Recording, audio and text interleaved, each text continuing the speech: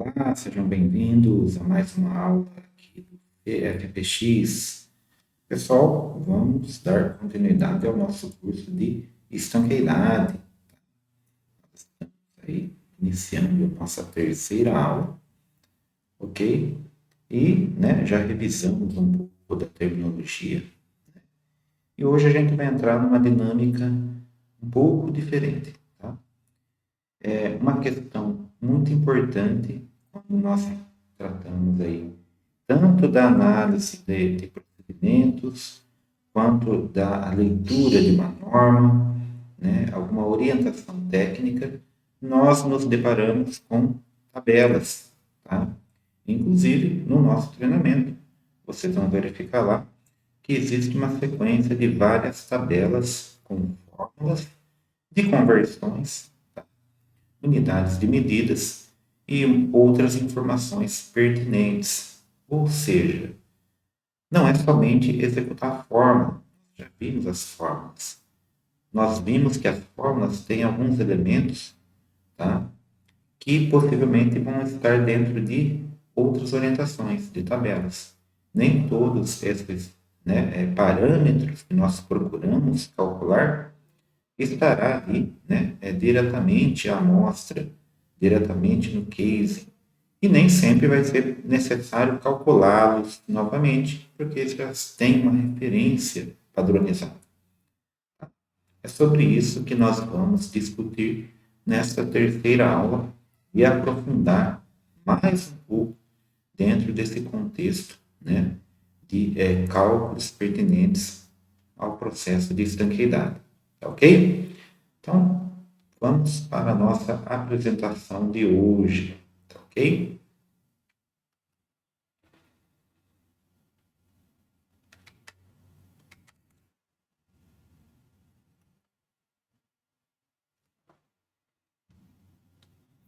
Então vamos lá, para a nossa aula de hoje, estanqueidade, princípios e cálculos, seguindo a nossa sequência que nós iniciamos. Então nós estávamos, já vimos, opa, deixa eu pegar um canetão aqui, marca texto, Já vimos um pouquinho da física aplicada, tá? Já vimos um pouquinho das equações, das fórmulas, formulário, e mais um pouco da terminologia relacionando com as unidades de medidas. Agora nós vamos verificar como que essas unidades de medidas se apresentam, tá? Para nós fazermos as conversões e utilizarmos como parâmetros em nossos cálculos, tá? E nós já vimos, comentado um pouquinho de unidades de medidas de conversão, dei uma prévia, do que seria, falando ali, por exemplo, foi o finalzinho da última aula, tá? Falamos da taxa de vazamento de gás em relação à taxa de vazamento de líquidos. Claro? Então, vocês que estão nos acompanhando aí pela primeira vez, convido a assistir novamente a aula anterior, segunda aula, tá? Claro que também a primeira, para quem não assistiu, tá? Nós estaremos, dando sequência nesse assunto, tá? Que é complexo por causa dos termos, que não são tão comuns. A matemática também tem seus detalhes que nós vamos abordar. Nós não estamos habitualmente acostumados a trabalhar com potência de base 10, aqui nós vamos verificar bastante, tá? A notação científica, os algarismos significativos, a leitura e interpretação de tabelas, tá? E essa adequação da fórmula, tá? Vou ressaltar bastante isso na aula de hoje, tá bom?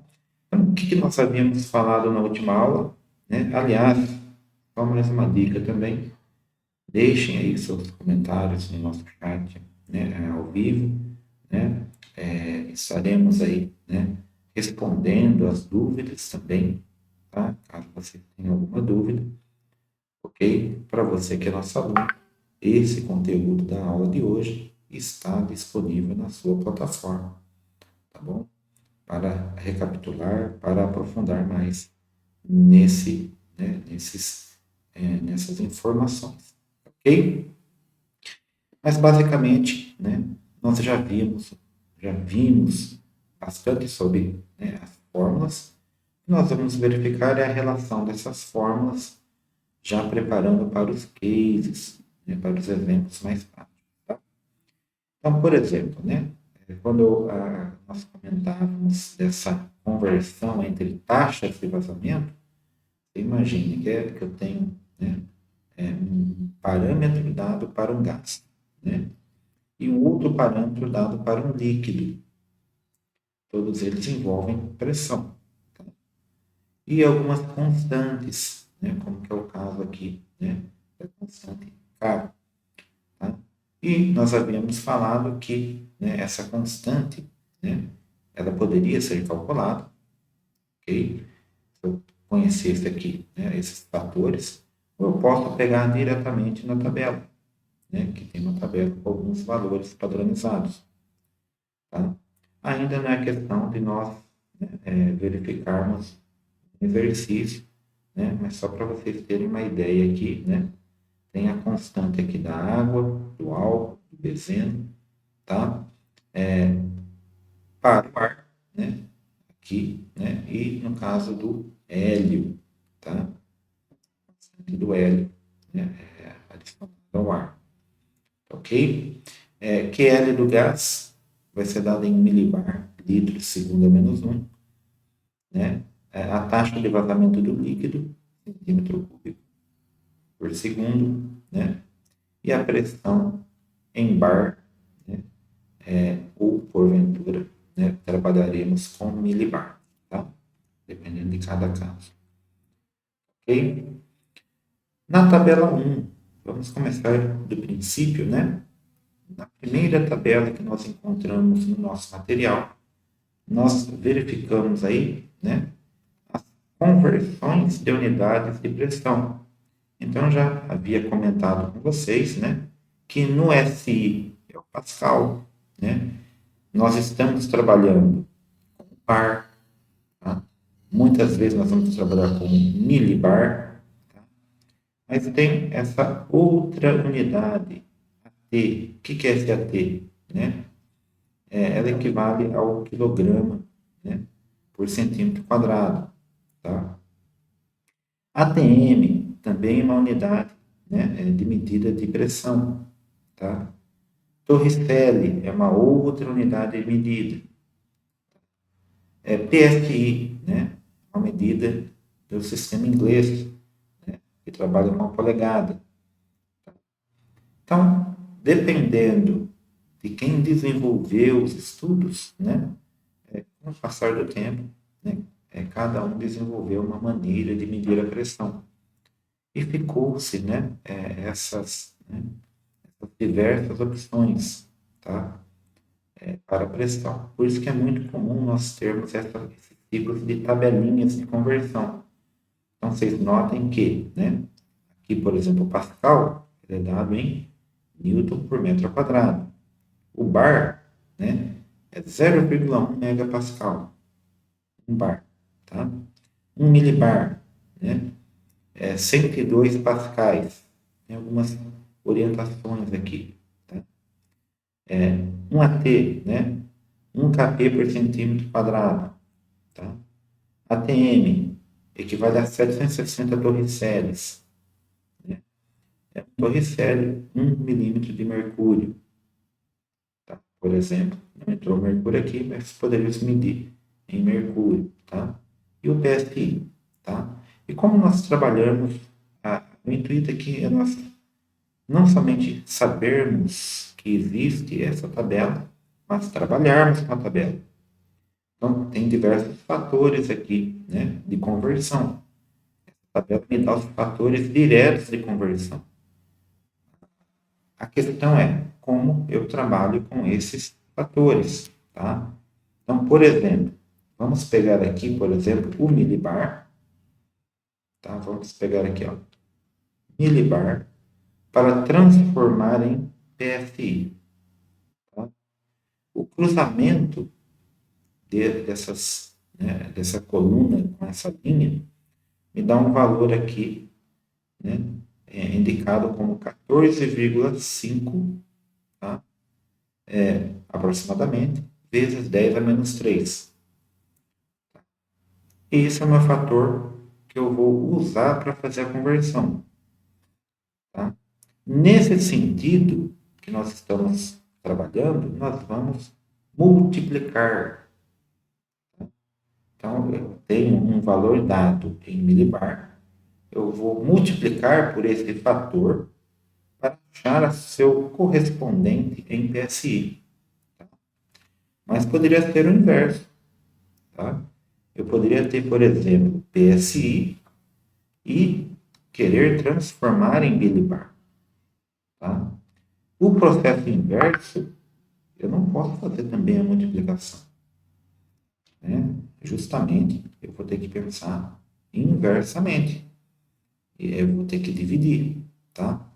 Por qual fator? O mesmo fator. Tá? Eu tenho o mesmo fator. Tá? É que normalmente eu tenho outras maneiras de trabalhar também. Tá? Eu posso fazer a mesma conversão para milibar com esse outro fator que está aqui embaixo, ó, fazendo um cruzamento de outra linha. Tá? Mas dá para trabalhar das duas maneiras. Ok? Tá bom? Se for nesse caso, partindo da coluna, eu vou ter que fazer a multiplicação. O valor tem que ser idêntico. Tá? Mas vamos fixar nessa ideia. Tá? Eu estou conduzindo aqui da coluna, né, para uma linha, eu vou multiplicar. Caso contrário, né, eu vou da linha para a coluna, eu vou dividir. Tá? Ok? Vamos pegar um exemplo aqui então. Tá? Só para a gente fixar bem essa ideia de como que usa principalmente essa primeira tabela, que é a conversão de unidades de pressão. Por quê? Muitas vezes nós podemos estar trabalhando, né? Aliás, vocês vão perceber que as tabelas já prevendo, né, essa necessidade de conversão, muitas tabelas já trazem aí, né, em duplicidade, né, as unidades. Por exemplo, Pascal e bar, por exemplo. Para facilitar, para não ter que ficar fazendo a conversão toda hora. Tá? Mas como é muitas unidades medidas, para outras unidades teremos muitas vezes que fazer essa conversão. Então temos aqui, ó, a referência em PSI. Tá? Então, qual que é o nosso objetivo? Temos o exercício A aqui, né? Nós temos 2 bar. Então, nós temos aqui, ó, 2 bar. Tá? E vamos converter para PSI. Tá? Nosso fator de multiplicação, 14,5 aproximadamente. Tá? Tem aqui umas casas de décimos e milésimos, né? Então, basicamente, nós vamos, né, fazer aqui da coluna para a linha do PSI, tá? Nós vamos usar a multiplicação, né? Então, 2 bar multiplicado por 14,5 PSI, né? Um bar aqui. A diferença que é 14 por bar, né? Só indica isso. 14,5 por bar, por cada bar. Bom, eu tenho aqui 29 PSIs, né? Então, confirmando na calculadora, vou confirmar aqui na nossa calculadora, né? 2 multiplicado por 14,5. Espero que vocês estejam vendo aí, né? 29 PSIs, tá? Seguindo aqui, né? Um outro exemplo, o inverso agora. Vamos mudar aqui a cor. Eu vou transformar de PSI, né, para bar. Então, eu tenho 50 PSIs, vou transformar em bar. É o processo inverso. Né?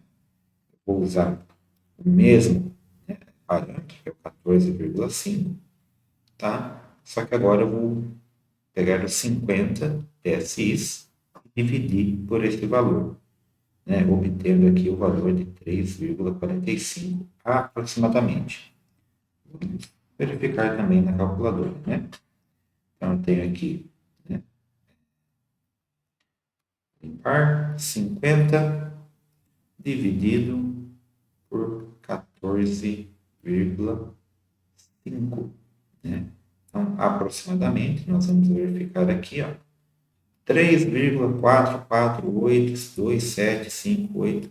Então, repare que 3,448, arredondando a segunda casa decimal, eu vou analisar o número 4, tá? Então, agora a gente já está entrando numa questão de algarismos significativos, ou seja, existem regras para arredondamento. Tá? Não é à toa que está 3,45. O 8 está dando condição para isso. Tá? Então, ao arredondar para duas casas, tá? Após a vírgula, eu tenho que analisar o terceiro número, o terceiro algarismo, tá? Verificar ali, tem as regras cabíveis. Aqui no caso, né, o número em análise é o 4, ele aumentou por causa do 8, que é maior que 5. Tá? É uma das regras de arredondamento. Só para recapitular com vocês, é aplicável aqui também, tá bom? Beleza? Mas aqui nós vemos que, né, já tem o sinal aqui de aproximadamente, justamente para indicar que o número foi arredondado. Tá? A ideia, então, vocês viram que, além de usar a tabela, né, existem outras, né, necessidades ali, né, de se trabalhar com os números também, como ali o algarismo significativo. Certo? Vamos pegar mais um exemplo. Em que nós utilizamos essa tabela. Agora, o caso aqui, ó, vamos pegar de Pascal para quilograma-força, tá? Ou AT, tá?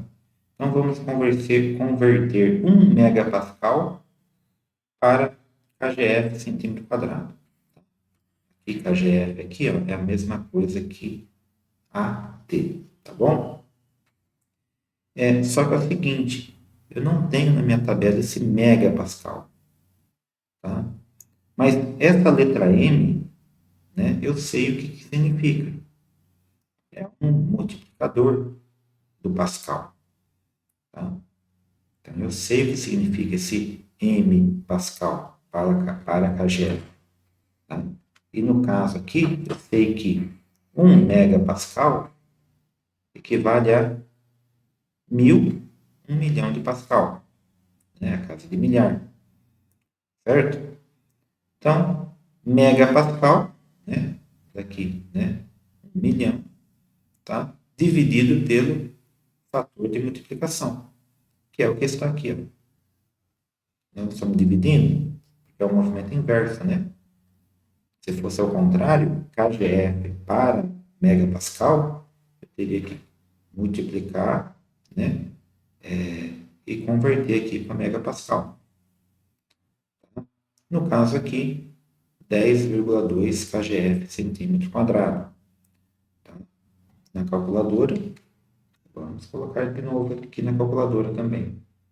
Tá? Vamos limpar aqui. Então, 1 megapascal. Vamos colocar aqui 1,000,000 dividido, no caso aqui, ó, 98.066,5, 5 décimos, igual 10,19. Né? Novamente, né? Fazendo a regra de arredondamento, primeira decimal, 10,2. Ok? Se fosse o inverso, então, né, nós multiplicaríamos. Dá para fazer uma análise bem legal em cima dessa tabela. né? Dá para, né, pelo menos, fazer aí umas atividades, vocês que estão acompanhando o curso, tá? Para ver a dinâmica de como que é, né, essa tabela. Tá bom? Tranquilo até aí? Dúvidas? Não esqueçam de usar o chat, deixar no chat, tá bom? Ah, sobre as tabelas, tá, pessoal? Aqui eu trouxe um padrão de tabela, né? Mas muitas vezes sempre tem tabelas ali com algumas informações, né? A mais ou a menos, né? Adaptações, entendeu?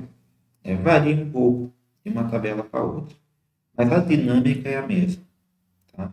A dinâmica sempre vai ser essa mesma. Ou eu multiplico, ou eu divido, tá bom? Depende do fluxo que eu estou utilizando, né? E aqui eu tenho a tabela 2, tá? A tabela 2 já está, né? A tabela 1 falava de predição, tá? Mas eu tenho algumas unidades distintas também para escoamento. Lembrando, nós já padronizamos que vamos trabalhar com milibar litro por segunda menos 1, tá? Mas existem outras, né? Por exemplo, Torricelli.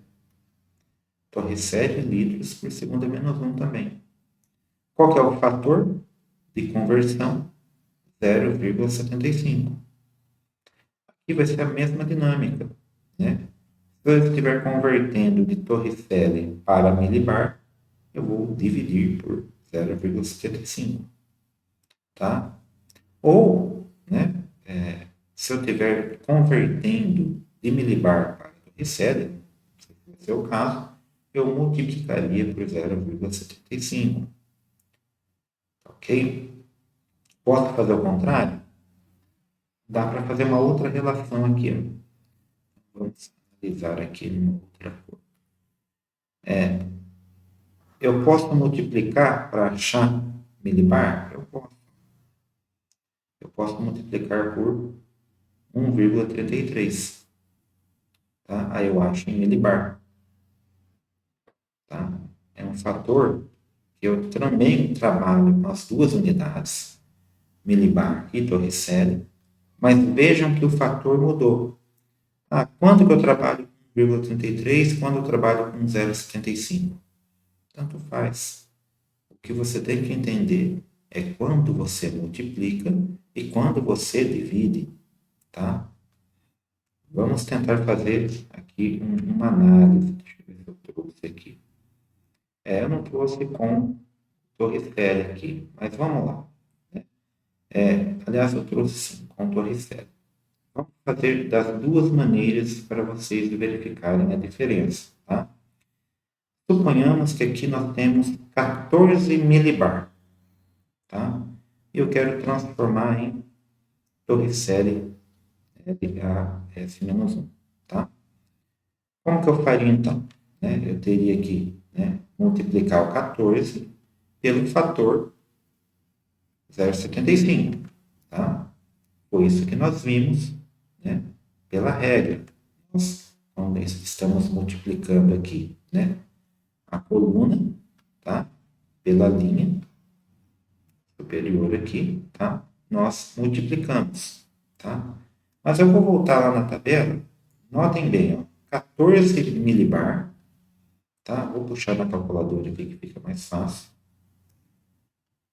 14 milibar multiplicado, né? Por 0,75, tá? Ok aqui na calculadora, estão vendo aqui 10,5, no caso aqui, Torricelli, correto? Vamos supor que na minha tabela eu não tenho essa referência e eu tenho outro tipo de referência. Vamos voltar lá atrás. Aqui na tabela. Voltamos aqui, ó. O que eu vou fazer? Suponhamos que eu tenho 14 aqui, ó.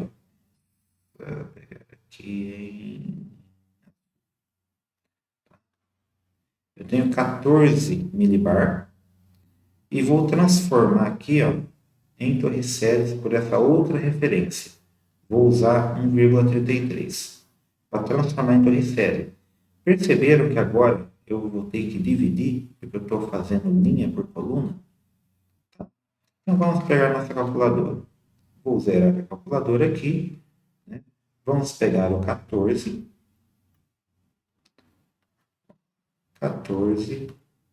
dividido por 1,33, que é o fator ali que nós estamos usando, né? Olha lá, 10,52. Foi aproximadamente isso que nós fizemos, né? No cálculo de multiplicação. Tá? Então, para converter milibar torricelli milibar, tomem cuidado, que tem duas maneiras de fazer. Uma multiplicando e a outra dividindo. Tá? Espero que vocês tenham captado essa informação. Tá bom? É muito importante para trabalharmos com essas tabelas de conversão. Tá ok? Bem, né? Isso é uma forma bem básica de trabalhar com as tabelas, né?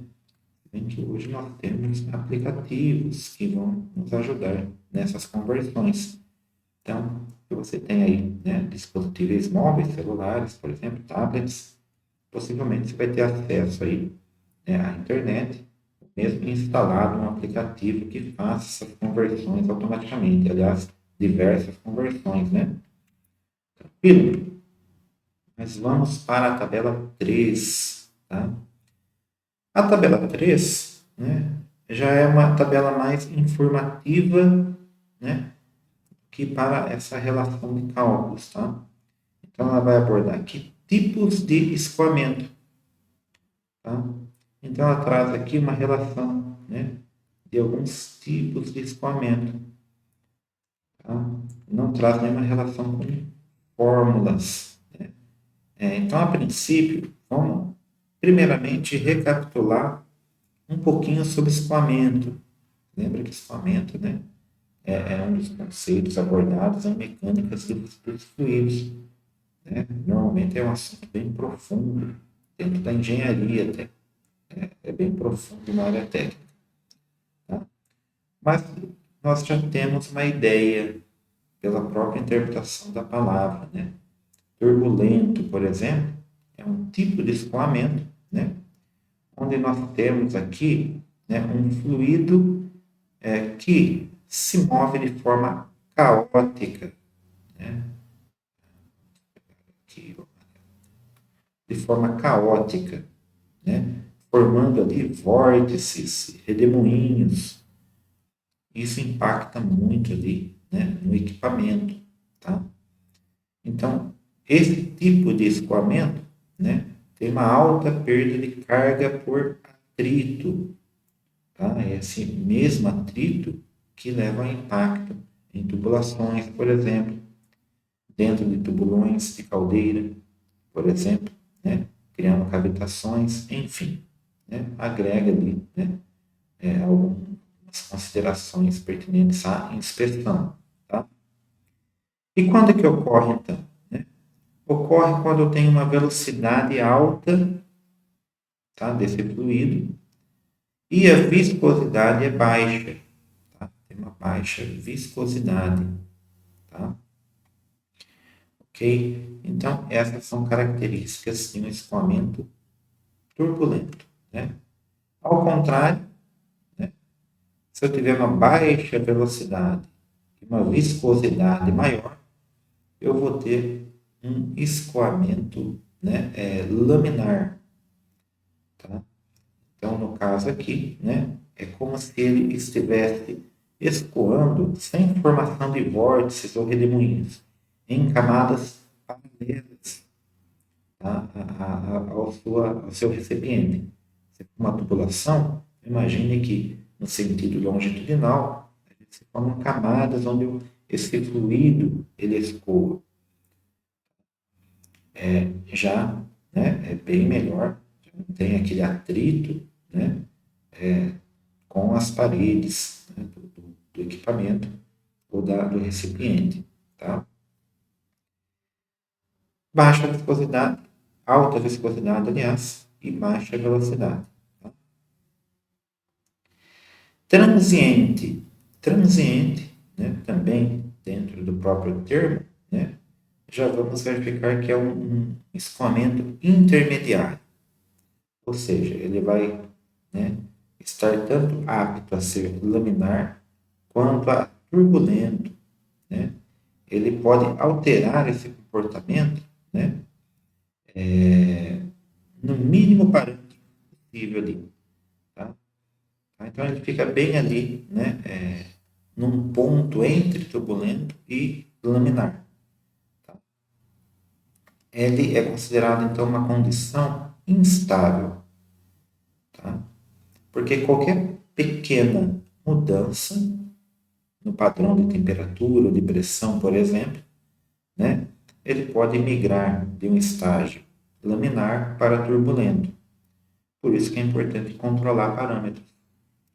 É por isso que a questão de controle de temperatura, pressão, né, vai interferir, por exemplo, nesse tipo de escoamento.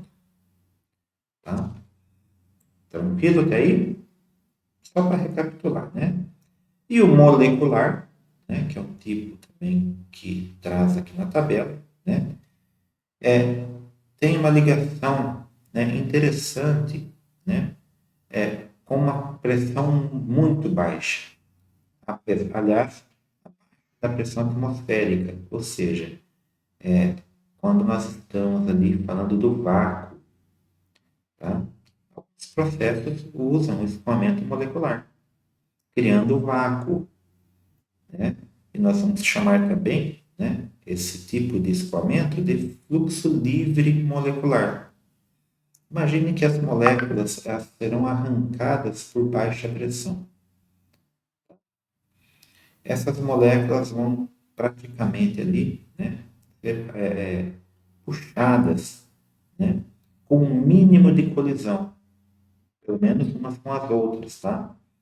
A colisão que vai existir dentro desse gás, né, possivelmente um gás, tá? Vai ser com as próprias paredes do recipiente ou do tubo. Então, é um tipo de escoamento molecular, tá? E nós vamos verificar que essa tabela, que nós vemos ela na íntegra, né, nos traz essa relação do escoamento, tá, com a taxa em milibar.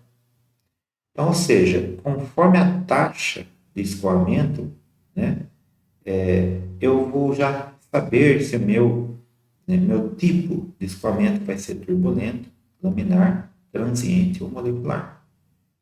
Aqui no turbulento, por exemplo, né, eu tenho ali, por exemplo, 10 elevado a menos 2 milibar, né, por litro por segundo a menos 1. Tá? O laminar, de menos 1 a menos 4, eu posso ter laminar. Tá? Transiente, de menos 4 a menos 6, ou seja, uma taxa de escoamento bem menor. Tá?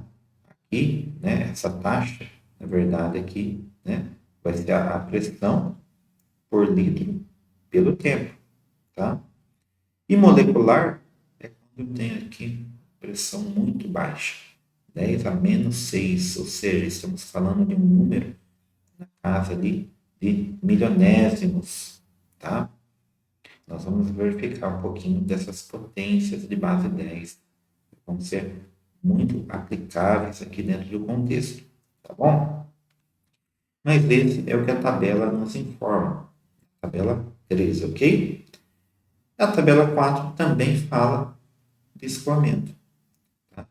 Mas aqui já é uma tabela um pouco mais complexa, não é tão simples, né? Ela vai falar aqui da conversão, né? E traz aquela característica que eu havia comentado, né? De trazer a pressão tanto em milibar quanto em Pascal, tá?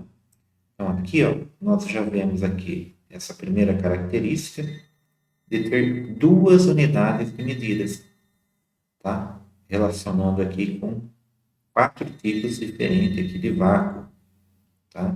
Então está definido aqui que é um vácuo grosseiro, GV, um vácuo médio, mediano, né, FV, um alto vácuo, né, e um vácuo ultra, tá?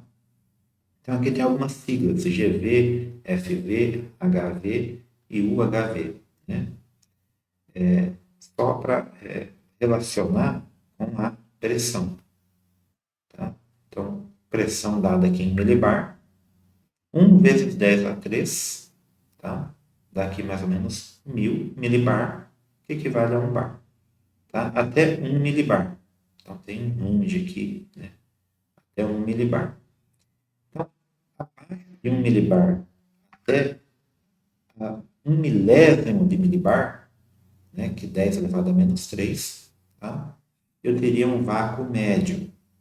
Abaixo de 1 milionésimo, né? Até 10 elevado a menos 7, alto vácuo. E abaixo disso, ultra alto vácuo. Tá? E a mesma referência em Pascal. Tá? 10 elevado a quinta, né?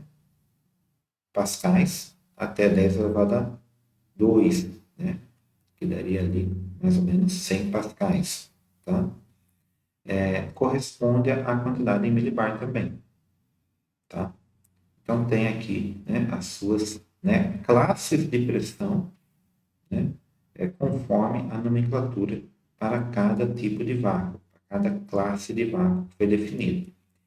E ainda nessa tabela, além de trazer, né, essas diferentes classes para o vácuo, tipo de vácuo, né, conforme a pressão, o range de pressão que nós estamos trabalhando, né, ainda faz uma relação com as partículas, o número de partículas, tá? Ou seja, já entra um pouquinho na questão química. E o livre percurso médio. O que é esse livre percurso médio? Tá? Imagine que seria uma condição, né, também subatômica dos átomos, das partículas, né, em que ela tem um espaço entre elas livre. Tá? Elas não conseguem, quanto maior essa distância, né, menos elas se colidem. Tá? Então, para um vácuo grosseiro, nós temos um percurso livre pequeno. Mas quando nós chegamos no ultravácuo, nós temos um enorme espaço de livre percurso. Tá? Imagine que esse espaço de livre percurso seria uma rodovia livre. Né? Se eu tenho um vácuo grosseiro, eu tenho ali poucos carros nessa rodovia, né? E eu consigo seguir quilômetros ali sem, né, encontrar nenhum veículo. Agora, se eu tenho ultravácuo, né, aí eu tenho um percurso livre muito maior. Ou seja, aí dificilmente eu vou encontrar algum carro livre ali para ser ultrapassado. Não tem como. A distância entre cada um é muito grande. Tá? E o número de partículas também tem as suas, né,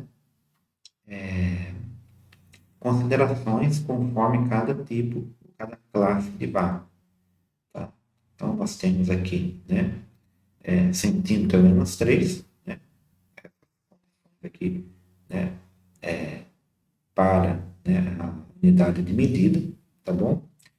E as referências em potência de base 10. 10 elevado a 19, 10 elevado a 16, né? E conforme nós mudamos o tipo de vácuo, nós vamos perceber que diminui o número de partículas. Então, ó, diminui o número de partículas ao mesmo tempo que aumenta o percurso médio livre. Tá? Vocês estão tentando abstrair essa ideia? Estão tentando imaginar as partículas dos gases dissolvidos no ambiente e elas se distanciando conforme eu aumento, né, a rigidez do meu vácuo, a força do vácuo. Ou seja, o vácuo perfeito, né, é a ausência de nenhuma partícula. Tá? Então, o ultravácuo é uma condição que eu vou ter pouquíssima probabilidade de ter partículas. Tá? Porque ele tenta realmente criar aí uma região sem partículas. Tá? Mas essa tabela ela acaba se tornando complexa, porque daí ela já também especifica alguns tipos de escoamento. Tá? Conforme eu crio essa condição de vácuo, eu tenho alguns tipos de escoamento para os gases, tá? E aqui abaixo ela traz algumas taxas para isso. Tá? Então, tem algumas condições aqui, conforme o tipo, né? Eu vou ter escoamento viscoso ou laminar, né? Escoamento de Knudsen, escoamento misto, escoamento molecular. Tá? Então, quando nós verificamos esses parâmetros, as taxas aqui, né? Na verdade, é dado em cima de um parâmetro, que é esse número de Knudsen, KN. O que é esse parâmetro? Né? Esse parâmetro é uma análise, não vai estar envolvido só para teoria mesmo. Né? Essa é uma análise em cima desse caminho livre médio. Esse caminho livre médio, então, é a distância média entre colisões moleculares, tá? Dividido por L, que esse L é o diâmetro característico do tubo, do recipiente. Tá? Então, como a gente está falando de escoamento também normalmente se dá em tubulações. Tá? Com esses dois parâmetros, é uma conta simples, né? Eu vou ter ali um valor de Kn ou maior ou menor que 10. Então, se ele for aqui, ó, maior que 10, é um escoamento molecular. Se ele for menor, né, que 0,001, né, é um fluido contínuo laminar ou turbulento. Tá? Então, é assim que eles se definem aí, né? Pelo menos tentam definir matematicamente um tipo de escoamento. Tá? Ok? Não vamos fixar muito, porque é bastante voltado com a química isso, né? Com análise de laboratório, análise laboratorial. Tá bom? Mas é que existe essa questão dentro do nosso conteúdo teórico. Tá? Quinta tabela 5, né? Aqui já voltamos novamente na questão de pressão. Só que aqui pressão de vapor. Mas reparem aqui um dado interessante. Ó. Pressão de vapor para líquidos a 20 graus. Como assim? Eu vou ter uma pressão de vapor líquidos a 20 graus. É claro, né? Não é somente porque eu tenho um fluido em estado líquido que modificando a pressão eu não consiga transformá-lo em gás, tá? Então, mais uma vez aqui, ó, nós vamos trabalhar com a pressão, tá? Uma pressão pequena, né? Nós vimos já que esse vácuo ele cria e interfere, né? No escoamento, né? E a pressão negativa também interfere aí, né? Tanto a negativa quanto a positiva, né? Na pressão de vapor. Então, por exemplo, o álcool metílico, né? Pressão de vapor em milibar de 127,7 a 20 graus Celsius. Tá? Já o álcool etílico também é uma outra partícula, uma outra um material com uma molécula diferenciada. Tá? Mudei a cadeia, né, de carbonos. Né? Já tem uma pressão de vapor menor, 58. A gente sabe que, né, álcool realmente evapora mais que a água. Viram falar isso, né? Então, a água tem uma pressão de vapor menor, 23,3. Mas é comum, por exemplo, num dia quente, nós colocarmos água próximo, né? Um dia muito seco, né? Ou toalhas molhadas, ou uma bacia d'água, para que a água evapore. Não está a 100 graus Celsius, né? Mas a água tem aí essa relação de pressão de vapor superficial, tá? Um outro componente aqui, ó, tetracloreto de carbono, também tem ali, né, uma característica de uma pressão de vapor alta, né? Esses componentes eles vão ficar diluídos no ar, tá? Mas e o óleo? Também tem uma pressão de vapor, mas infinitamente menor, 10 elevado a menos 7.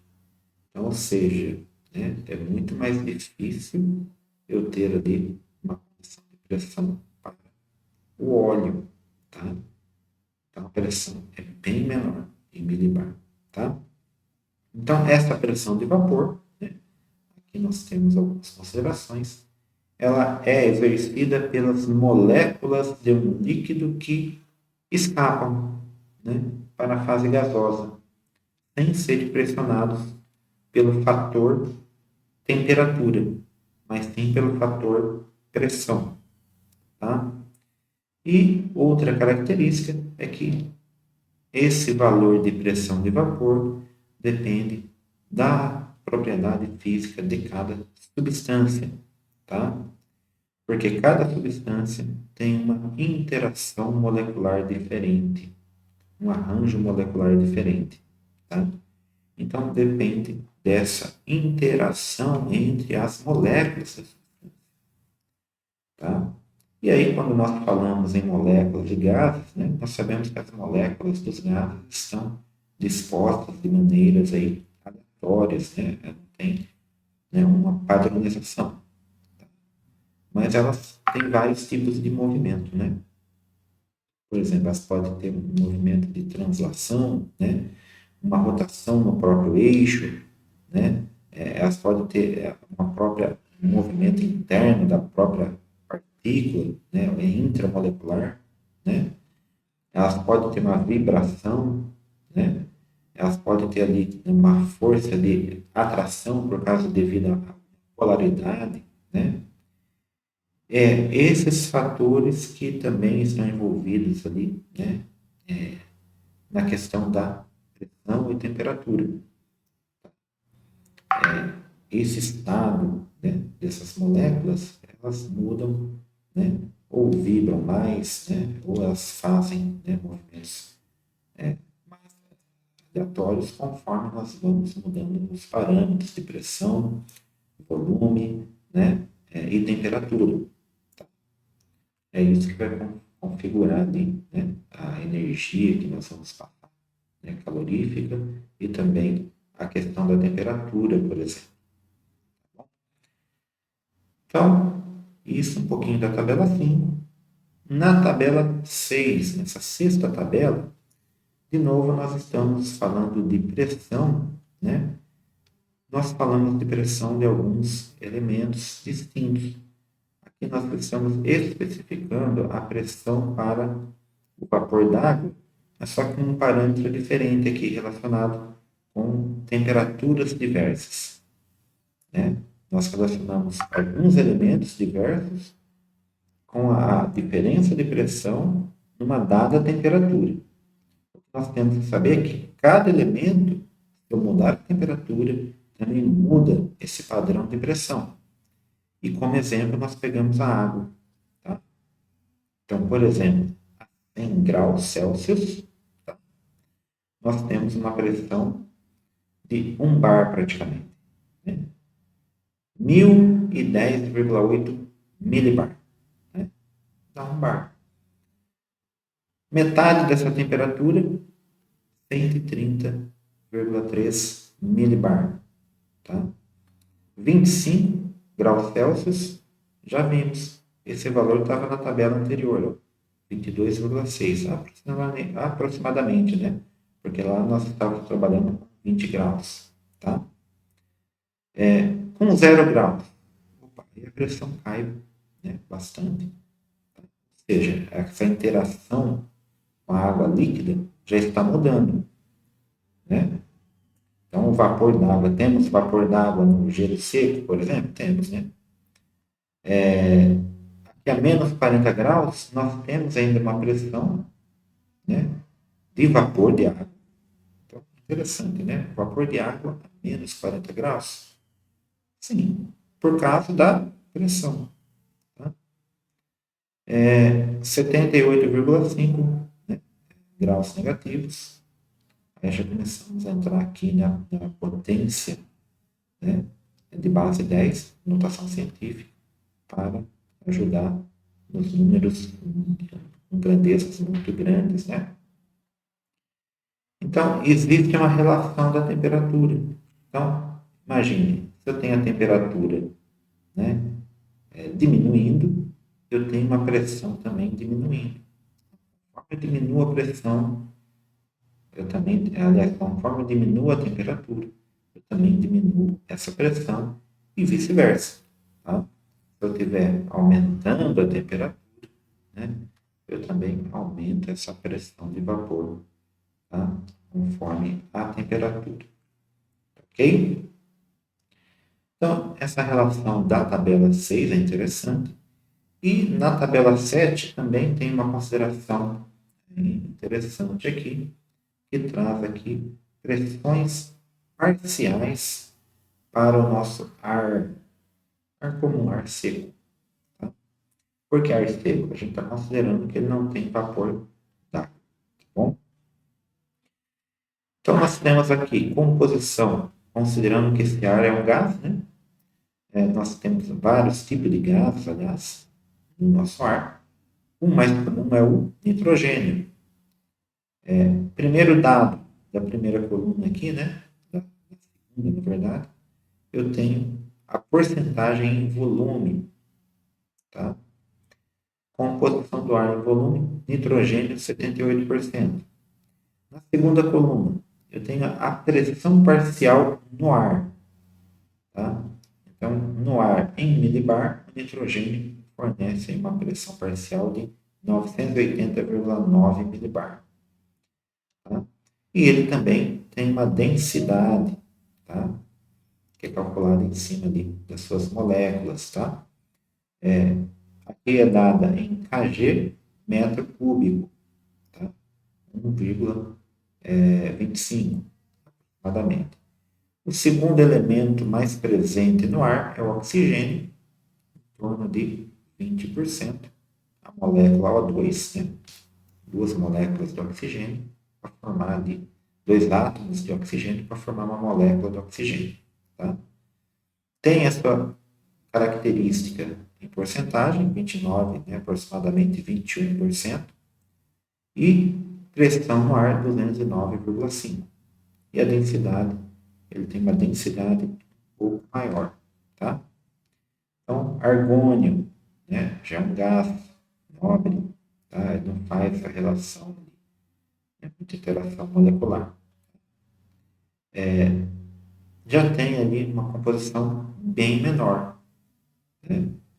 Parte do nosso ar é oxigênio e nitrogênio, mas aí os outros têm menor proporção. Né?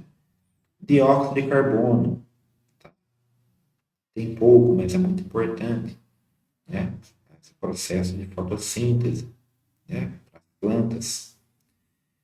O neônio, né? Também é um gás nobre. Né? O hidrogênio, vocês vão perceber que aqui, ó, nós partimos aqui, neônio, hidrogênio, hélio, né? Metano, nós estamos trabalhando com números na casa de milésimos e décimos de milésimos. Tá? Por que eu falo milésimos e décimos de milésimos? Menos 3 é milésimos, menos 4 décimos de milésimos. Então, quanto maior aqui, ó, o expoente negativo, né? Na verdade, seria menor o número. Tá? Então, menos 6, eu já considero 6 casas depois da vírgula. Então, estamos trabalhando na casa de milionésimos. Nem de milésimos, de milionésimos. Tá? Ozônio. Ozônio é um gás importante. Aqui, né, ele tem a sua composição no ar natural, ar seco também. Tá? 3 moléculas de oxigênio. Tem uma ligação específica, né, para fazer essa junção dessas 3 moléculas. Tá? Então, cada um tem seu volume em porcentagem, tem a pressão parcial no ar e tem a sua densidade, né, característica. É isso que traz essa tabela 7. Acho que aqui também uma tabela que é bem simples. Correto? Tranquilo? Vamos lá, né? Mais algumas considerações aqui, ó. Aqui estamos ressaltando bastante a simbologia, né? Símbolo químico, tá? e o gás. Então, cada gás aqui tem um símbolo químico. Aqui não está falando especificamente da relação com a mistura gasosa do nosso ar seco, e sim independente. Está tratando aqui da massa molecular. Já vimos isso lá no formulário, lembra? Que existe, né, alguns cálculos que nós necessitamos conhecer a massa molar ou a massa molecular. Né? Então, temos aqui do ar aproximadamente 29 gramas mol a menos 1. Tá? Do argônio também 39, do dióxido de carbono, né? Do hélio, do metano e assim por diante. Nós temos nessa coluna algumas questões da massa molecular. Aqui tem o diâmetro da molécula. Mas vocês imaginem, o diâmetro da molécula é muito pequeno, é invisível. Né? E tem uma sigla aqui que é PM. Esse sufixo P, né, antes do M, né, é um multiplicador de potência de massa 10. Picômetro, né? Ou seja, ele é menor que nanômetro. Então, é uma medida, né, muito pequena. Tá? Nós vamos verificar uma tabela com esses múltiplos e submúltiplos. Tá? Para quem lembrar de metrologia, em metrologia é comum nós falarmos dos múltiplos e submúltiplos do metro. Tá bom? Então, 288, né? Então, aqui poderia ser centímetro, milímetro, né? Micrômetro, né? Enfim, né? Até chegar aqui no nanômetro e no picômetro, né? Que é uma medida infinitamente pequena, mas é também baseado na potência de massa 10, tá? Algumas não têm essa relação conhecida, não está descrito aqui. E outro parâmetro, né? Nós temos um parâmetro, né, químico, molecular, que é a massa, outro, né, de tamanho, e tem a condutividade térmica também. Qual a facilidade de conduzir energia calorífica? Tá? Então tem também aqui uma sigla, né, dada por lambda, tá? E uma unidade de medida que é watts por metro a menos 1 multiplicado por Kelvin a menos 1. Tá? E alguns parâmetros aqui dessa condutividade térmica. Tá? Viscosidade dinâmica, né? Também temos aqui Pascal por segundo. Né? Também é um outro parâmetro de alguns gases. Então, alguns gases foram dados alguns parâmetros já conhecidos. Tá? Como massa molecular, diâmetro da molécula, condutividade térmica e a viscosidade dinâmica. Tá? São tabelas reduzidas, tá? Somente tem alguns exemplos, ok? E na tabela 9, né, aqui vai trazer, né, essa referência do livre percurso médio, tá? Considerando gases a 20 graus Celsius, pressão, né, padronizada, com pressões diferentes. Quais as pressões? Algumas pressões aqui, dada em Pascal, 10 a menos 6, 10 a menos 3, 10 a 0 é igual a 1 Pascal. Então, 1 Pascal equivale a 10 elevado a menos 2 milibar. Tá? 10 elevado a terceira, 1000 Pascal. 10 elevado a quinta. Então, você vai colocar, né, 5 zeros aí, né, vai dar praticamente 1 milhão de Pascal ali. Ou 1 megapascal, quase, aproximadamente, quase 1 megapascal. Se fosse 10 a sexta, era 1 megapascal. Pascal, tá? Aqui a gente poderia falar que era quilopascal, tá? kPa, 10 elevado a terceira, sufixo K para 1000, tá? E esse I bar, né, é símbolo para percurso livre médio. Quilômetro, metro, milímetro, micrômetro, nanômetro, tá? Os gases, né? Conforme os gases, muda esses valores. O ar, numa pressão de 10 a menos 6 Pascal, eu tenho aqui 6,8 quilômetros de percurso livre. Tá? Agora, se eu tivesse 10 elevado à quinta, seria aqui, para o próprio ar, 6,8 nanômetros. Então, ao mesmo tempo que eu estou trabalhando com uma medida muito pequena, eu também posso trabalhar com uma medida muito grande, de quilômetro para nanômetro. Tá? Essa é a distância entre as partículas conforme a pressão. Então, imaginando que eu tenho um range muito grande aqui, entre a pressão maior e a menor pressão, entre a distância maior e a menor distância, indo do micro, né, do nano, né, até o macro, que é o quilômetro. Tá? E eu consegui praticamente colocar, na verdade, o autor, explanar esses valores com números que não são tão diferenciados assim como nós vimos aí, né? Pelo menos em casas decimais, tá? Então, olha só, por exemplo, né? Eu consegui demonstrar os valores por CO2, que é o dióxido de carbono, com dois algarismos significativos. Tá? Eu estou ressaltando esses algarismos significativos justamente porque, né, é por isso que nós estamos vendo tanta potência de base 10. Tá? O intuito de nós trabalharmos com potência de base 10 é simplificar a apresentação de valores muito grandes se fosse escrito por extenso. Tá? Se fosse escrito por extenso todos esses números, num único padrão de metro, por exemplo, não caberia nessa tabela. Não daria para apresentá-los nessa tabela. Tá? Então, um recurso que nós utilizamos é essa potência de base 10. Tá? Nós vamos chegar numa tabela que vai comentar sobre ela. Mas antes disso, aqui, tranquilo, é uma relação direta da pressão com esse espaçamento entre as partículas. Tá bom? Livre percurso médio dos gases, a distância entre cada partícula, a interação entre elas muda conforme muda a pressão. Tabela 10, né?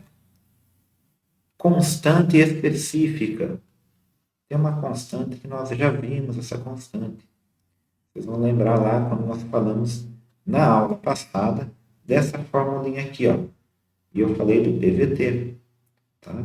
P pressão, V volume, T temperatura, o N e o R são algumas constantes, tá?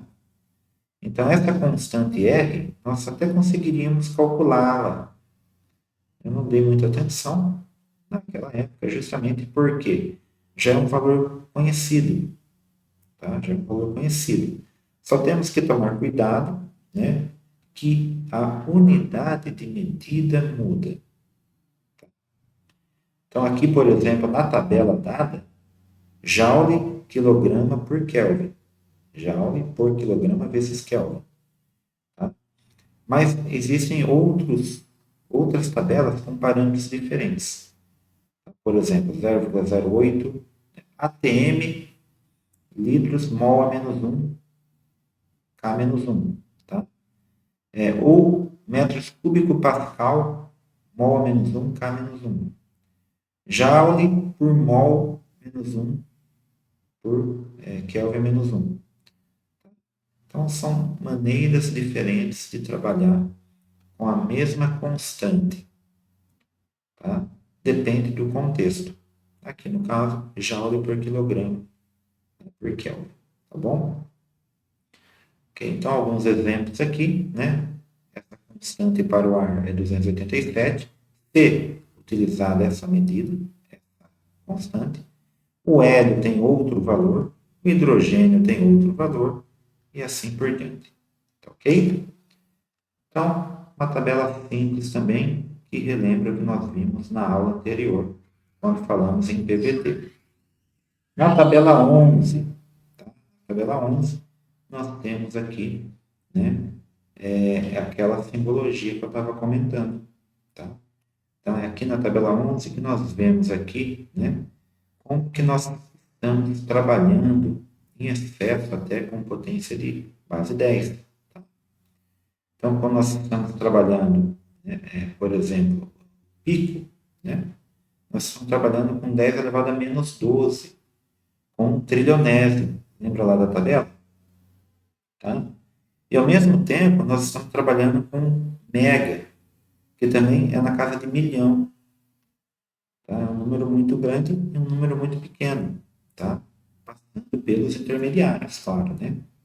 Então, a potência de base 10 serve para representar, né, essas casas, né, de milésimos, milionésimos, centésimos, décimos, né, que nós chamamos de submúltiplos, né, ou os múltiplos mesmo, né, que é quando nós chamamos um número muito grande e nós queremos reduzi-los. Né?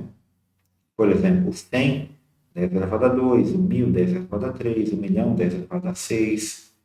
Né? A gente utiliza alguns sufixos, né? Por exemplo, para 1 milhão é o megapascal, por exemplo. Tá? Para o K de 1000, 1000 metros é 1 quilômetro. Tá? Ok? E isso nos lembra um conceito que eu não posso deixar de entrar, né, nesse assunto, que é a notação científica. Esse padrão, né, de se utilizar a potência decimal, né, nós chamamos de notação científica porque é um padrão, né, que nós utilizamos para uma notação em uma forma exponencial. É uma nova maneira de escrever os números, tá? De uma maneira que nós vamos acomodar, interessante aqui, né? Acomodar valores demasiadamente grandes ou demasiadamente pequenos. E eles vão ser convenientemente escritos de uma forma, né, convencional, não tão convencional, mas não, né, na forma de extensão, por extenso, tá? E sim de uma maneira melhor visualmente, tá? Que é o exemplo que eu trago aqui ao lado. Né? Então, reparem aqui, né? Eu tenho um valor em notação científica na primeira coluna, aqui em vermelho, 6 vezes 10 à quinta. Isso significa que eu tenho um valor, né, que tem o número 6, e eu tenho 1, 2, 3, 4, 5 zeros. Ou seja, 600, né, 1000 é o valor ali, se eu fosse escrever por extenso. Tá? Até aí eu consigo escrever. Mas se eu tivesse aqui, ó, 7 elevado, né, 7 vezes 10 elevado a 33. Eu teria o número 7 e 33 zeros. Tá? É muito zero para escrever por extenso. É mais fácil representar esse número em nossa científica. O inverso também, né? Quando eu tenho negativo, é o contrário. O 4, por exemplo, aqui, ó, quer me dizer que eu tenho o número 0 e depois da vírgula eu tenho 0, 0, 0 e o 4. Tá? Mas com poucos números é fácil representá-los. E quando é 8 elevado a 10 menos 49? É um número demasiadamente pequeno. Eu não consigo representá-lo por extenso. Então, utilizamos notação científica e temos que conhecer potência de base 10. Tá?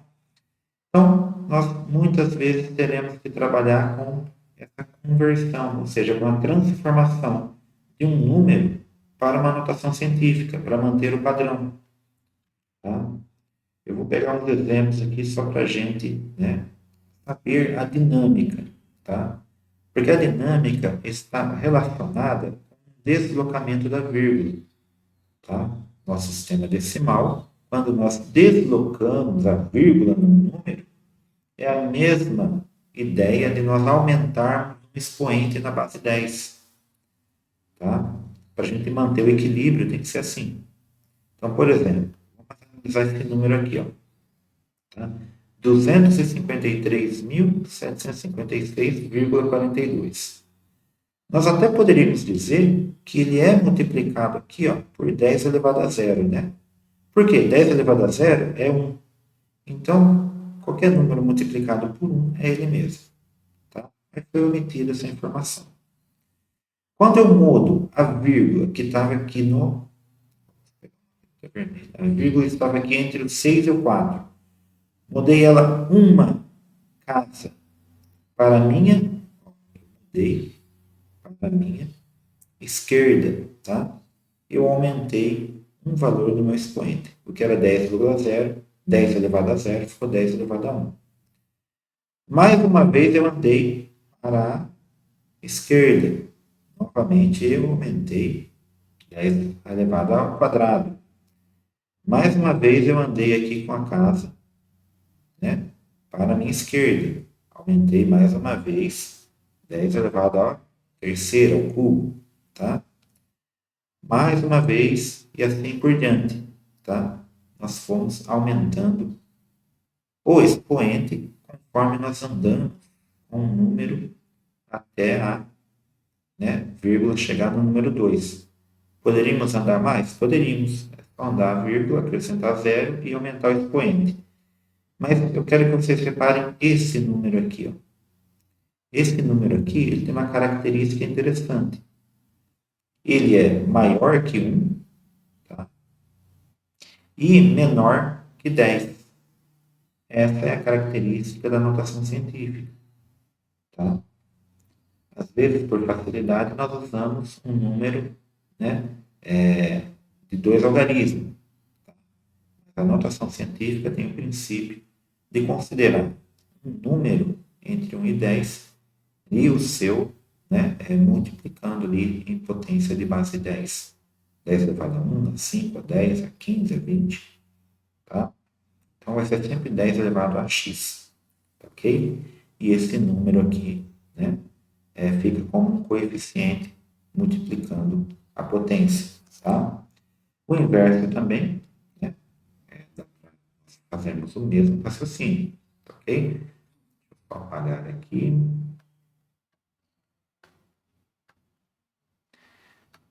Para a gente ilustrar com, né, uma outra cor, né? Vou pegar o azul.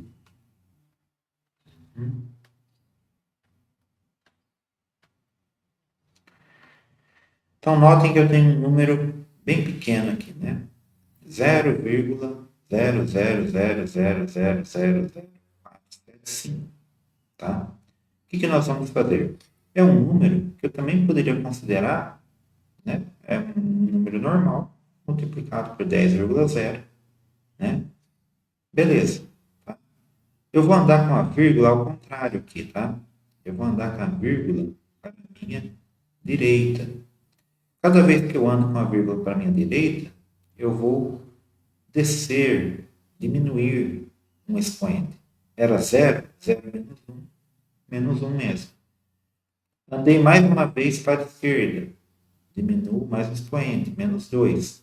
Andei mais uma vírgula para a esquerda, e assim por diante. Quando eu andar 7 vezes aqui, ó, eu já vou ter um número com menos algarismos representado.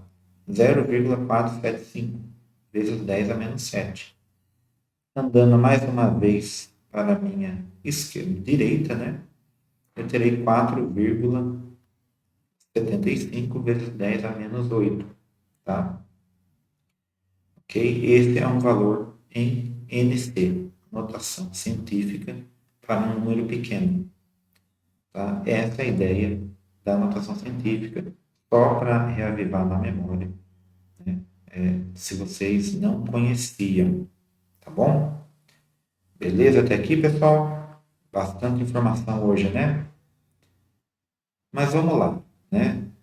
Eu sei que é bastante informação, bastante considerações, né? Estamos ainda trabalhando, né, essa dinâmica, tanto, né, desses conceitos né, da terminologia, quanto das fórmulas, das tabelas e da matemática básica, tá? Mas eu creio que tem todo um material de apoio para vocês trabalharem aí, tá? Nós vamos, né, tirando as dúvidas de vocês conforme, né, vocês surgirem, né, essas dúvidas, tá bom? Inclusive, né, podem deixar as suas, né, dúvidas no nosso chat, né? Se, né, se eu achar pertinente, eu já trago, né, explanado em umas aulas mais específicas, na próxima aula, por exemplo, só para tirar dúvidas que vocês postaram nos exercícios nas nossas aulas anteriores. Então, estamos na nossa terceira aula, ok? O que faltou comentar sobre a notação científica, os algarismos inflativos, né? Como nós temos muitas informações, né? Com esse tipo de notação, com esse tipo de apresentação numérica, de quantificação, tá? Vai ser muito importante uma atenção redobrada ao executar as contas, tá? Então, o que acontece muito é o pessoal se perder na hora, tanto usando a calculadora, quanto fazendo na mão. Porque tem algumas regras, por exemplo, quando nós vamos somar ou subtrair esses números. Tá? A primeira que eu quero trazer é que, né, se nós vamos fazer uma soma, né, ou uma subtração, né, de dois números que estão representados em notação científica, então, eles vão estar representados em NC, notação científica, tá? Nós vamos trabalhar com os expoentes, tá? Por quê? Para se fazer uma soma ou uma subtração, eu não posso somar 10 elevado a 7 com 10 elevado a quinta. Tá? Eu tenho que fazer de uma maneira em que esse 10 elevado a quinta se transforma em 10 elevado a sétima. Somente então poder adicionar, né, os valores. Então, no caso aqui, um exemplo, né? Nós temos aqui como exemplo, tá? A soma da parcela 4,2 vezes 10 elevado a sétima, mais 3,5 vezes 10 elevado a quinta.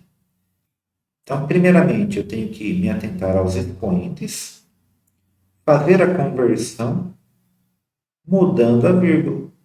Então, o que foi feito aqui?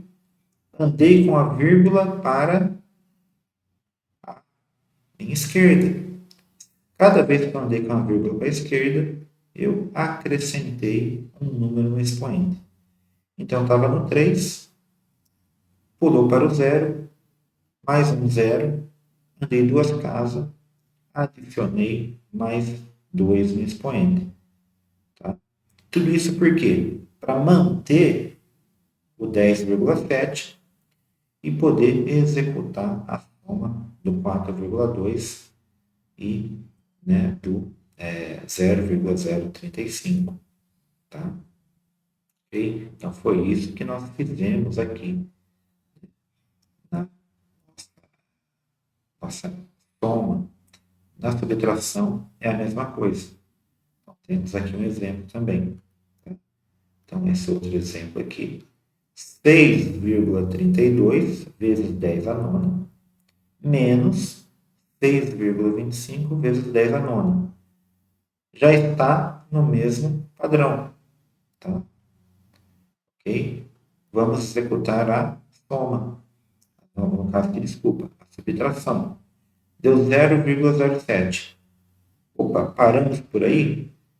Isso daqui nós não consideramos NC, notação científica. Por quê? Para ser notação científica, tem que estar entre 1, né, até 10. Então, nós vamos padronizar em notação científica. Como que nós fazemos isso? Nós vamos andar com a vírgula No caso aqui, nós andamos para a direita 2 vezes. 2 vezes para a direita, né? O resultado foi 7 vezes 10 elevado à sétima, que é o valor padronizado, né? Dentro de notação científica. Tá? Ok? Esse seria o valor que deveria ser apresentado como resposta, padronizado com notação científica, tá? É o correto, né? É o que se pede nos exercícios normalmente. Tranquilo até aí? Bem, somente comentar mais um caso, né? Quando muda a operação, então, para a operação de subtração e adição, nós fixamos a atenção em igualar a potência de base 10. Mas na multiplicação não é assim, e nem na divisão. Quando nós trabalhamos com multiplicação dentro de notação científica, eu vou multiplicar os coeficientes que estão multiplicando a potência de base 10 e eu vou somar os expoentes. Então, notem aqui, ó, esse primeiro exemplo. Tá? Eu tenho aqui 6,5 vezes 10 à oitava, multiplicado por 3,2 vezes 10 à quinta. Tá? O que eu vou fazer? Primeiro eu pego os dois fatores que estão multiplicados, coeficientes, que é o 6,5 e o 3,2. Vou fazer a multiplicação deles, 20,8. Tá? Ok? E quando eu tenho aqui, né, a potência 10,8 e a 10,5, eu vou fazer a soma dos expoentes, que vai ficar 10 elevado a 13. Então, esse daqui é o resultado. Tá? Multipliquei primeiramente os coeficientes e depois mantive a potência de base 10 e somei os expoentes. Tá? Tá em notação científica? Ainda não. Tá? Ou seja, esse número não está padronizado como notação científica. Eu tenho que mudar a vírgula, né? Uma casa aqui para a esquerda. Se eu mudei para a esquerda, aumenta o expoente. E agora sim ele está em notação padronizada. Tá? Um outro exemplo aqui embaixo, só para a gente fixar bem essa ideia e depois evitar erros durante a execução dos cálculos, tá? Claro que já é praticamente um cálculo. Mas aqui eu tenho, né, 4 e 1,6. Tá? Vou fazer aqui a multiplicação, ok? Vou pegar aqui 10 elevado a sexta, 10 elevado a menos 15, tá? Vou somar 6 mais menos 15. Mais com menos, menos. Por isso que ficou menos 9. É a regrinha de sinal, temos que nos atentar nesses casos, tá? Lembra que nós estamos trabalhando ali, né, parâmetros, né, de grandezas inversas, muito grande ou muito pequeno. Então, vai ser comum nós termos expoente negativo em operações com expoentes positivos, tá? E, nesse caso aqui, né, já ficou padronizado o nosso valor, 6,4, tá? Ok? Pessoal, né, é bastante coisa que nós vimos na aula de hoje, tá?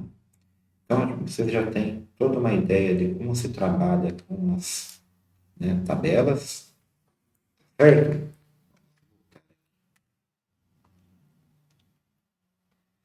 Então, vocês já têm uma ideia de como se trabalha com as tabelas.